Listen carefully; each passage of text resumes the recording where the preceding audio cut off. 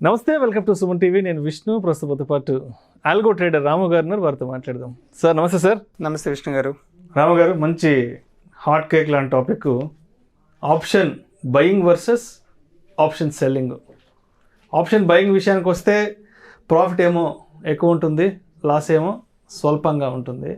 Option selling విషయానికి వస్తే returns ఏమో లిమిటెడ్గా ఉంటాయి అండ్ లాస్ ఏమో చాలా ఎక్కువగా పెద్ద మొత్తంలో ఉంటుంది. సో ఏంటి, which is best or which is better, ఎవరికి ఏ సూట్ అవుతుంది?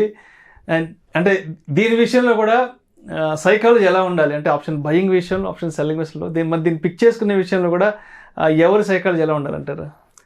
సార్, ఇది చాలా పెద్ద టాపిక్. మనం ఇంత ఒక చిన్న వీడియోలో మనం చెప్పలేము. బట్ మనకు తెలిసినంత వరకు మనం ఈ మీటింగ్లో మనం కొంచెం గ్యాదర్ చేసుకుందాము. సో ఆప్షన్స్ బయ్యర్, సో చాలామంది ఆప్షన్స్ బయింగ్కి ఎక్కువ ప్రిఫరెన్స్ చేస్తారు. సో దీనికి గల కారణము ఎక్కువ ప్రాఫిట్ అని కాదు, తక్కువ ఇన్వెస్ట్మెంట్. ఎక్కువ ప్రాఫిట్, ఆప్షన్ బై చేస్తే ఎక్కువ ప్రాఫిట్ వస్తుంది అనేది ఓకే, కానీ ఇన్వెస్ట్మెంట్ తక్కువ ఉంది కాబట్టి ఆప్షన్ బయింగ్లోకి వచ్చేస్తాడు.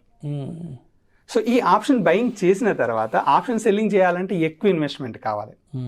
సరే, ఈ విషయంలో ఆప్షన్ బయింగ్, ఆప్షన్ సెల్లింగ్ వర్సెస్లో ఇంకొక టాపిక్ ఉంటుంది. ఎక్కువ ప్రాఫిటబుల్ ఇచ్చేది ఏంటి? Option selling. వాళ్ళు కూడా ఒప్పుకుంటారు, చేసే ప్రతి ట్రేడర్ ఒప్పుకుంటారు. ఆప్షన్ సెల్లింగ్లో మార్కెట్ సైలెంట్గా ఉన్న డబ్బులు వచ్చేస్తుంది, అవుట్ ద మనీ అయిపోయినా కూడా మనకు డబ్బులు వచ్చేస్తాయని ఒప్పుకుంటారు. కానీ సైకాలజికల్గా ఇన్వెస్ట్మెంట్ చేసుకోలేరు.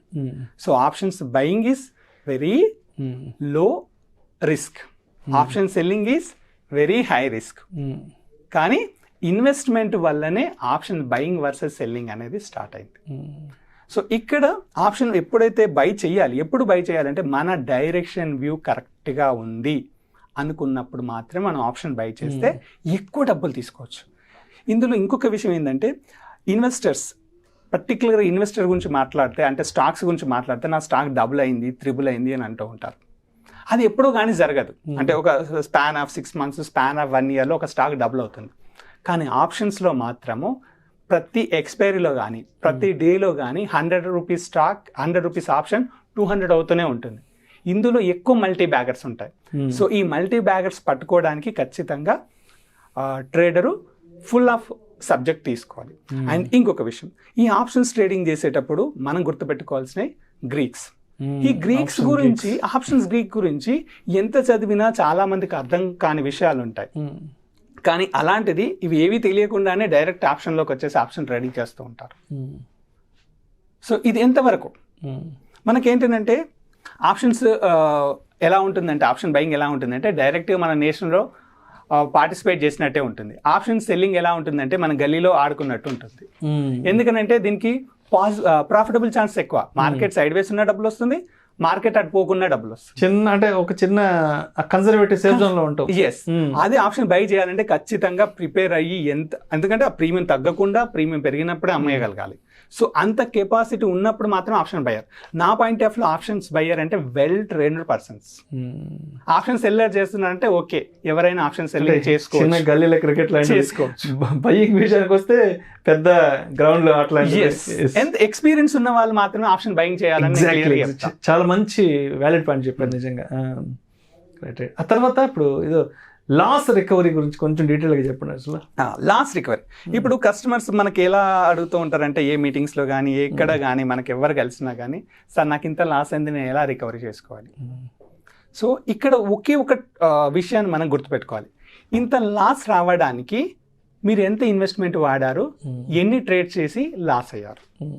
ఒక్కసారి కనుక ఆ లాస్ వస్తే అది రికవర్ చేయడం అనేది చాలా కష్టం. ఎందుకనంటే కస్టమర్స్ ఏమంటాడు, నాకు ఒక రోజు ఇంత వచ్చింది, రెండో రోజుకి అమ్మొద్దాం పోయి. ఇంత ఎందుకు వస్తుంది? ఫస్ట్ ఇంత ఎందుకు వస్తుంది? ఎందుకంటే స్టాక్ మార్కెట్ చాలా మంది గ్యాంబ్లర్ కాదు, ఇది ఒక బిజినెస్ అంటారు. సో మనము ఏదైనా ఒక ఇన్వెస్ట్మెంట్ అంటే ఒక బిజినెస్ స్టార్ట్ చేసామనుకో, మనకు ఒక పర్టికులర్ ఇంత రిటర్న్ వస్తుందని ఒక ఐడియా వస్తుంది. లేదా ఒక జాబ్ చేస్తున్నాం అనుకో, మనకి ఇంత ఇన్కమ్ వస్తుంది, ఇంత సాలరీ వస్తుందని ఒక ఐడియా వస్తుంది.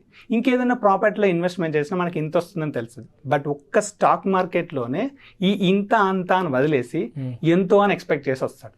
ఎప్పుడైతే ఇంట్లో కూడా నాకు ఇంత వస్తుంది, ఇంత పోవడానికి ఛాన్సెస్ ఉంది, ఆ రియలైజేషన్ వచ్చిన తర్వాత ఖచ్చితంగా ఆప్షన్స్ ట్రేడర్లో ట్రేడింగ్ చేసేవాళ్ళు, ఇన్వెస్ట్మెంట్ చేసేవాళ్ళు ఖచ్చితంగా లాభాల్లోకే ఉంటారు. సో ఈ ఆప్షన్స్ విషయంలో మనం ఇంకేం చేయొచ్చు అని అంటే, ఆ రిటర్న్ ఎంత అనేది తెలియకుండా ఇన్వెస్ట్మెంట్ చేస్తాడు. అంటే ఇప్పుడు జనరల్గా ఇంకో క్వశ్చన్ అడుగుతారు, సార్ నేను ఎంత ఇన్వెస్ట్మెంట్ చేయాలి యాక్చువల్గా, ఎంత క్యాపిటల్తో చేయాలి, ఒక ట్రేడ్ చేయాలంటే నాకు ఎంత ఉండాలి, నేను 1:3 ప్రాఫిట్ బుక్ చేయాలా, 1:5 ప్రాఫిట్ బుక్ చేయాలంటే ఇది ప్రాఫిట్ బుక్ చేసి పక్కకి పెట్టు, అసలు మనం దానికి ఎంత పెట్టుబడి పెట్టుకొని ట్రేడ్ చేసుకోవాలి. సో ఇది మనీ మేనేజ్మెంట్ అంటాం. Money management very very important. ఇప్పుడు నేనేమంటానంటే, ఉదాహరణకి ఒక ఆప్షన్ బై చేయాలంటే 50,000 మినిమంగా పెట్టుకోమంటాం. సార్ ఆప్షన్ బై చేయడానికి 50,000 ఎందుకు, ఒక 100 రూపీస్ అంటే 2,000, 2,500, 3,000 ఉన్నా కూడా ఇన్వెస్ట్మెంట్ చేసుకోవచ్చు కదా అంటారు. సో ఇక్కడ ట్రేడర్ సైకాలజీ క్లియర్గా ఒక క్లారిటీ వస్తుంది. ఇప్పుడు ఒక 1,000 రూపీస్ ఆర్ 5,000 పెట్టుకుని ఏదో ట్రేడ్ చేసుకుంటాం. ఇక్కడ అమౌంట్ అనే విషయం పక్కన పెడతాం. ఒక ట్రేడ్కి మనం ఎంత లాస్ అవుతున్నాం అనేది ఫస్ట్ మనం ఆలోచించుకోవాలి. మనం ఇప్పుడు ట్రేడింగ్ చేస్తున్నాం, ఈ రోజు మొత్తానికి నాకు ట్రేడింగ్ లాస్ ఒకవేళ మ్యాక్సిమం వస్తే ఒక 1,000 రూపీస్ ఒక లాట్ పైన పోతుందని అనుకున్నప్పుడు 20 వర్కింగ్ డేస్కి ఆ లాస్ని క్యాల్కులేట్ చేసుకోవాలి. అంటే 20 వర్కింగ్ డేస్కి 20,000 లాస్ ప్లస్ ఒక ఇన్వెస్ట్మెంట్ చేయడానికి కావాల్సిన 10,000 ఆ 5,000, అంటే ఒక 25,000 ఆర్ 30,000 ఉంటేనే మనం ఆ ఆప్షన్ని ట్రేడింగ్లోకి దిగాలి. ఈ విధంగా మనం మనీ మేనేజ్మెంట్ క్యాల్కులేట్ చేసుకోవాలి. ఇట్లా చేసుకోగలిగితే మీరు నెంబర్ ఆఫ్ లాట్స్ కొట్టరు, మీకు నెంబర్ ఆఫ్ లాస్ అనేది రాదు. ఇప్పుడు ఒక రోజులో మీకు 10,000 వచ్చాయి, ఒక రోజులో 10,000 పోయాయి అంటే మీ మనీ మేనేజ్మెంట్ రూల్ తప్పింది ఒక్క ట్రేడ్లో. అయితే ఇప్పుడు 10,000 పోయినాయి అంటే మీరు 20 రోజులకు 10,000 చొప్పున క్యాల్కులేట్ చేసుకోండి. 2 లక్షలు పెట్టుకుంటేనే నేను ట్రేడింగ్లోకి రావాలి ఒక లాట్తో. ఈ విధంగా మనీ మేనేజ్మెంట్ ఖచ్చితంగా ప్రతి ఒక్కరికి ఇది ఉపయోగపడుతుంది. ఎవరైనా ఇన్వెస్ట్మెంట్ ఏ స్ట్రాటజీ తీసుకున్నా, ఏ ట్రేడింగ్ తీసుకున్నా ఒక్క రోజు పోయే లాస్ను మాత్రం ఖచ్చితంగా 20 వర్కింగ్ డేస్ పెట్టుకోగలిగితే అట్లీస్ట్ మనం 6 నెలలు ట్రేడింగ్లో ఉండగలుగుతాం. ఆ స్ట్రాటజీ పట్టుకోండి. Thank you so much. Option buying versus option selling ఈ కాన్సెప్ట్ గురించి చాలా సరళమైన భాషలో ప్రతి ఒక్కరికి అర్థమయ్యే విధంగా చాలా చక్కగా మీ అనాలిసిస్ తెలియజేస్తే thank you so much sir. Thank you అండి.